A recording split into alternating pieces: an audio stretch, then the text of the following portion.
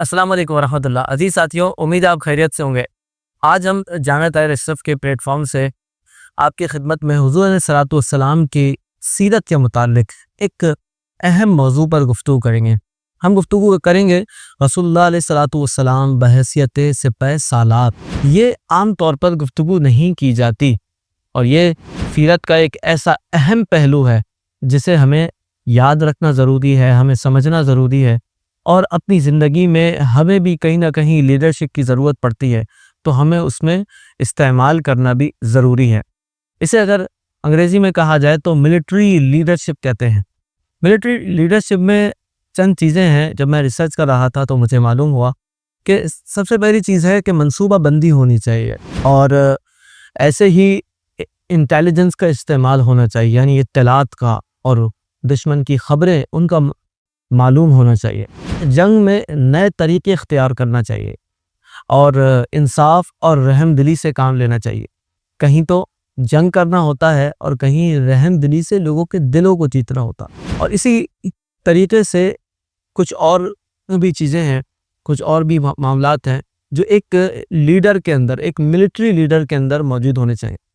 जब हम रसूलुल्लाह अलैहिस्सलातु वस्सलाम की सीरत मुबारका को देखते हैं तो हमें हर एक चीज़ मुकम्मल तौर पर हुज़ूर की सीरत में नज़र आती है कि आप अलैहिस्सलातु वस्सलाम किस तरीके से एक मिलिट्री लीडरशिप की सलाहियत रखते थे और किस तरह वो अपने सहाबा इकराम को मैनेज करते थे, और जो जंग होती थी उसको, उसकी मंसूबा बंदी ऐसे बेहतरीन अंदाज से करते थे।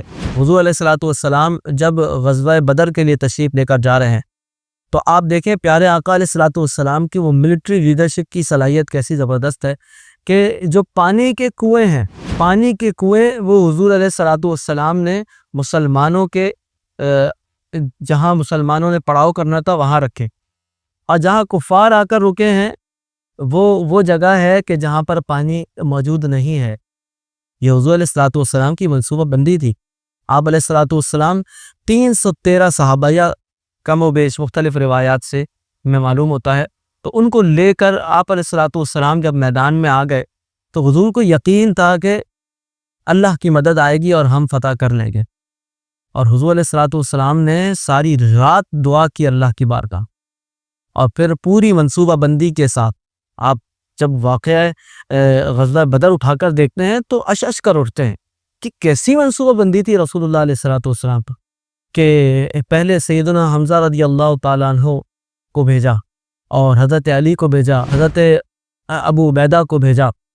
तो ये सहाबा इकराम को हुज़ूर अलैहिस्सलातु वस्सलाम में भेजा क्योंकि कुरैश थे, ये बनी हाशिम में से थे, इनको भेजा। फिर जंग शुरू हुई और फिर अल्लाह की मदद से जब फरिश्ते नाजिल हो गए तो ख़ुद ब खुद वो जंग फ़तह हो गई। ये हुज़ूर अलैहिस्सलातु वस्सलाम की बेहतरीन मनसूबा बंदी थी कि सहाबी को कहाँ खड़ा करना है। आप अलैहिस्सलातु वस्सलाम हर एक की निशानदेही फरमाया करते थे, और ये सिर्फ ग़ज़वा बदर में नहीं बल्कि हर ग़ज़वे के अंदर हमें नज़र आता है। इसी तरीके से हुज़ूर अलैहिस्सलातु वस्सलाम इंटेलिजेंस का इस्तेमाल करते थे। इंटेलिजेंस का मतलब ये है कि जो दुश्मन है उनकी खबरगिरी कि वो क्या कर रहे हैं, उसके मुताबिक अपने कामों को जो है वो सही तौर पर सही अंदाज में करना, ये हुज़ूर अलैहिस्सलातु वस्सलाम की बेहतरीन सलाहियत है। फिर जंग में नए तरीके इख्तियार करना। आप देखें अरब का तो ये तरीक़ेकार नहीं था कि वो अपने डिफेंस में अपने शहर के पास खंदक खोदें। ये तो हज़रत सलमान फ़ारसी रज़ियल्लाहु ताला अन्हु जब तशरीफ़ लाए तो उन्होंने ये मशवरा दिया हुज़ूर अलैहिस्सलातु वस्सलाम को कि फ़ारिस में इस तरह होता है तो क्यों ना हम भी इसी तरह कर लें।